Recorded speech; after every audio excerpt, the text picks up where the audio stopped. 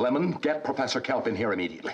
But Dr. Warfield, I think that Professor Kelp has a class right now. He had a class. Can't you hear? Now get it!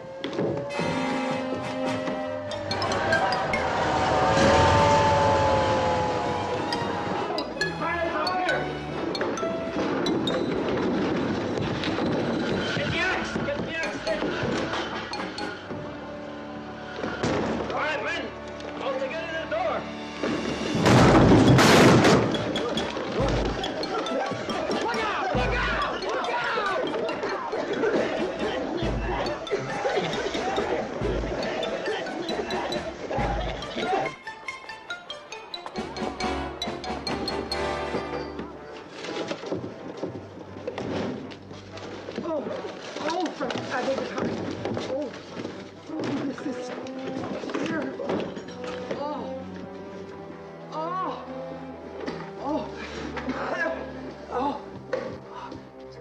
My.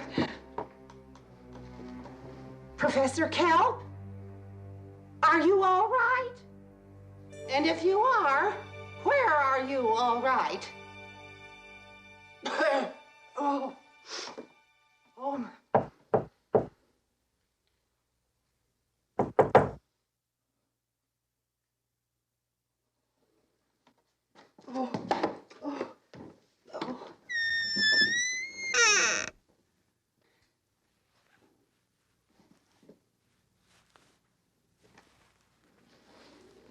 Oh, Dr. Warfield wants to see you in his office. Dr. Warfield? Yes, right away.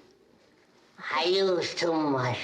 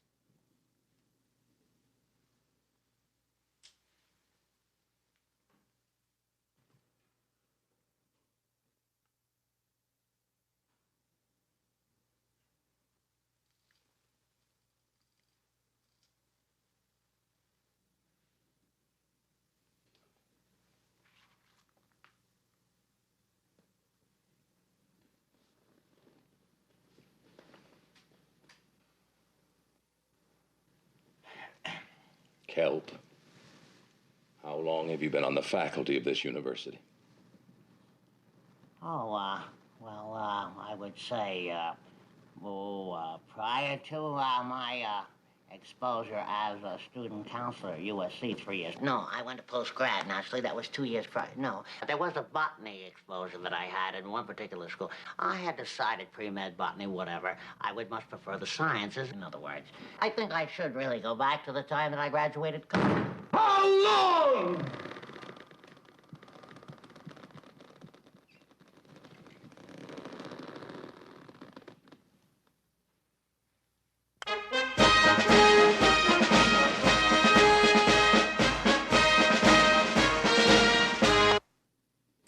Two years and 22 minutes now.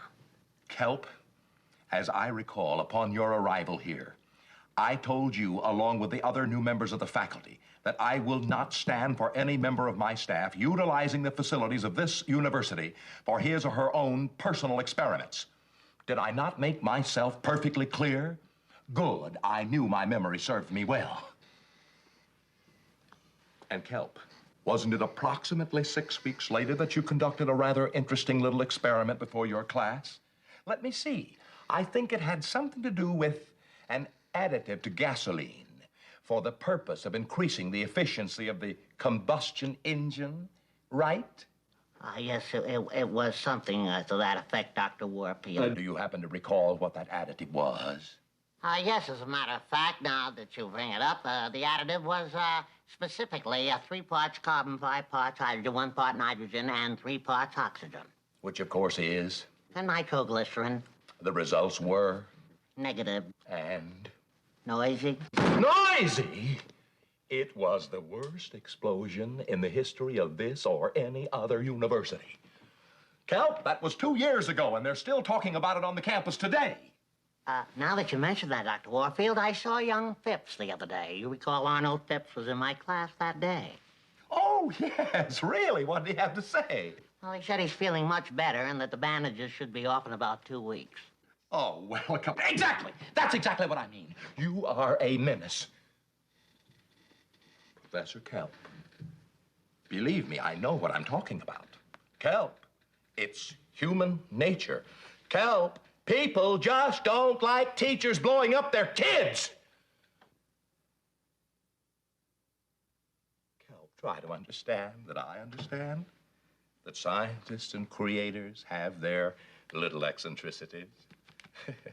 Einstein hated haircuts. Da Vinci loved to paint. And Newton? He had something to do with figs, didn't he? So therefore, I, too, realize that you have many of these same eccentricities. Try leaving them in the locker when you come in the morning, Professor. And by all means, feel free to take them home with you at night.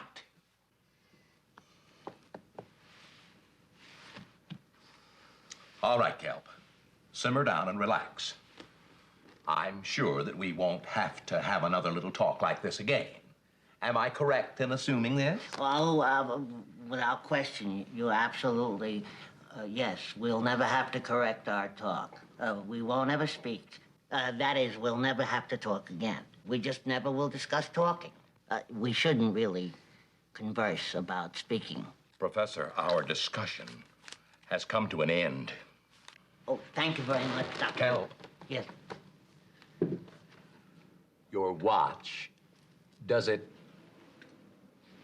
always... Oh, well, no, just when I open...